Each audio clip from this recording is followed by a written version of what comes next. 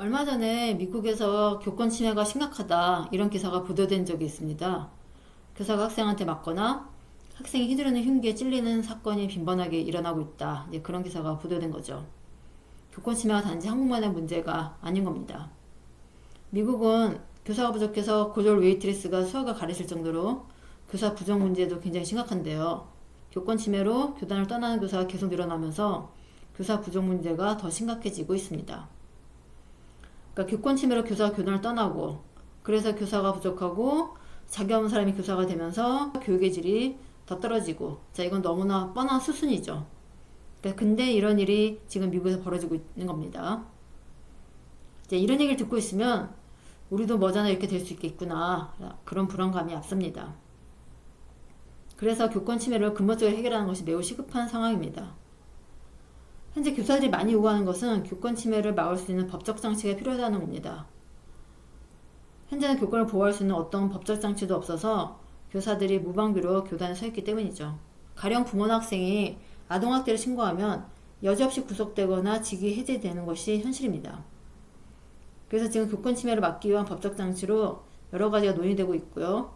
하지만 법이 개정되는데 많은 시간이 걸려서 당장 어떤 실효성을 거두기는 어렵습니다.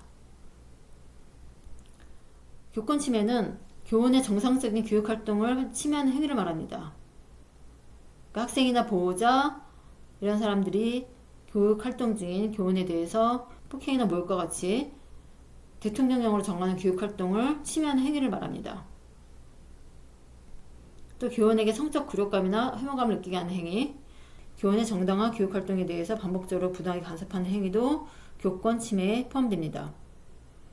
이런 교권 침해에 대해서 다른 나라는 교사의 교육권을 법으로 규정해서 교권을 보호하고 있습니다. 미국은 학생을 훈육할 권리와 교사의 안전할 권리에 집중하고 있고요. 가령 캘리포니아주는 학생이 수업을 방해하거나 지시에 따르지 않는다. 그러면 최대 2일간 수업에 들어오지 못하게 하는 권리가 교사한테 있고요. 그러니까 교실에서 퇴장시킬 권리가 교사한테 있습니다. 학생의 폭력 기록을 알 권리, 학부모 방문을 미리 고지받을 권리, 이런 것도 이제 법으로 규정되어 있습니다. 영국은 학생 통제나 제재를 위해서 합당한 수준의 물리력을 행사할 수 있도록 법률로서 보장하고 있고요. 학생의 소지품을 검사할 권리도 보장하고 있습니다. 캐나다는 학생의 수업방해 행위나 교사의 안전을 위협하는 행위가 발생하면 교사가 해당 학생을 즉각 격리할 권한이 있고요. 이것은 이제 교사의 안전이 보장받을 때까지 지속할 수 있도록 그렇게 또 규정되어 있습니다. 그러니까 문제 행동을 보이는 학생에 대해서 영국은 훈육을 목적으로 처벌할 수 있고, 미국의 캘리포니아주나 미네소타주는 교실에서 퇴장시킬 권리를 명시하고 있고, 이렇게 교사의 훈육권을 명확하게 규정하고 있습니다. 하지만 우리나라는 문제 행동을 보이는 학생을 즉각적으로 훈육하고 지도할 수 있는 명시적 권리가 법률상 부재한 상태입니다. 좀 의외죠. 그러니까 우리가 훨씬 더 엄하게 뭘 할 것 같은데 그렇지 않다는 겁니다. 그러니까 보통 우리가 미국이나 유럽과 같이 서구 세계에 관해서 가지는 오해 중 하나가 매우 자유분방할 거다라는 건데요. 그러니까 선생님하고 학생 사이에 굉장히 좀 자유롭게 자주 대화하고 서로 농담도 주고받고 막 그럴 것 같은 그런 생각을 좀 많이 하는데, 실제로 가보면 굉장히 엄격합니다. 그러니까 선생님이 좀 굉장히 원칙에 따라서 학생들을 지도하는 그런 모습을 볼 수 있는데요. 예를 들어 식당에서 예절이나 학교에서의 규율이 생각보다 굉장히 엄격합니다. 그러니까 규칙이나 규율을 준수해야 한다, 이런 사회적 인식이 매우 강하기 때문에 이를 어겼을 때 비난과 비판이 굉장히 거셉니다. 또 시간 약속에 대해서도 매우 엄격하죠. 그러니까 지각한 사람에 대해서 지각에 대한 처벌이 매우 강하고요. 가령 미국의 어떤 주는 지각이 3번이다. 그럼 퇴학이 될 정도로 매우 엄격하게 적용합니다. 또 학교 복도에서 뭐 뛴다거나 아니 떠드는 거, 이런 것도 굉장히 규제를 강하게 가하고 있습니다.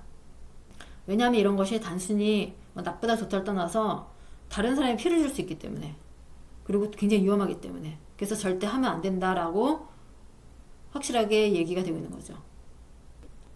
원칙을 어긴 것에 대한 처벌이 굉장히 엄격하다라는 겁니다.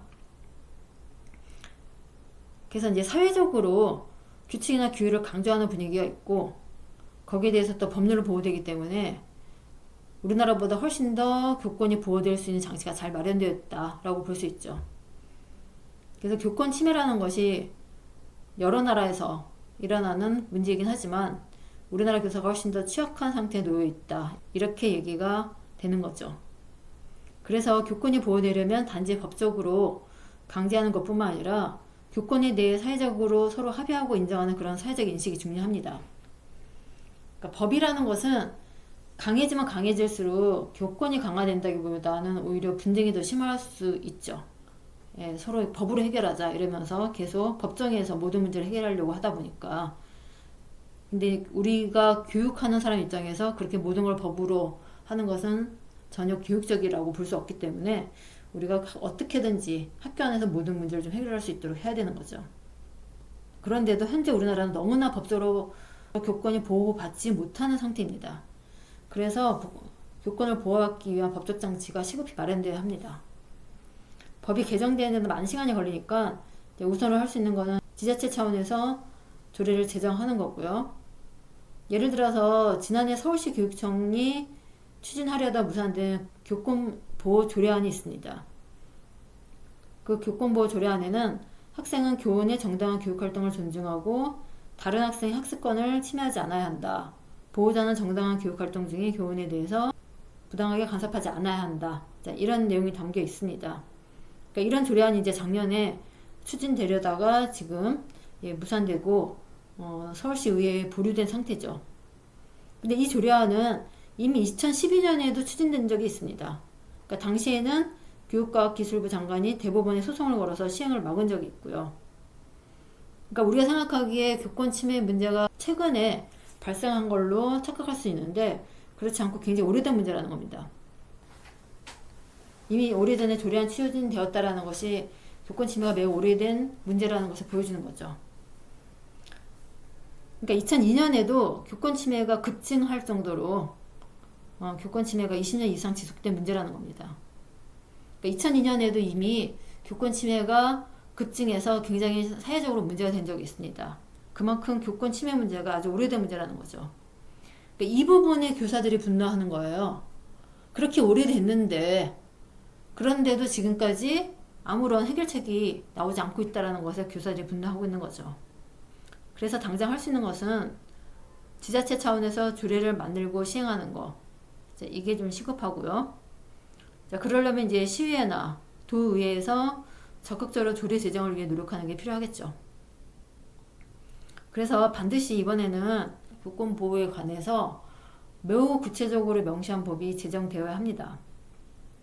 그렇지 않으면 많은 사람이 우려하듯이 공교육이 무너지는, 그래서 더는 돌이킬 수 없는 결과가 초래될 수도 있습니다. 그래서 반드시 교권 보호를 위한 법이 이번에는 제정되어야 합니다.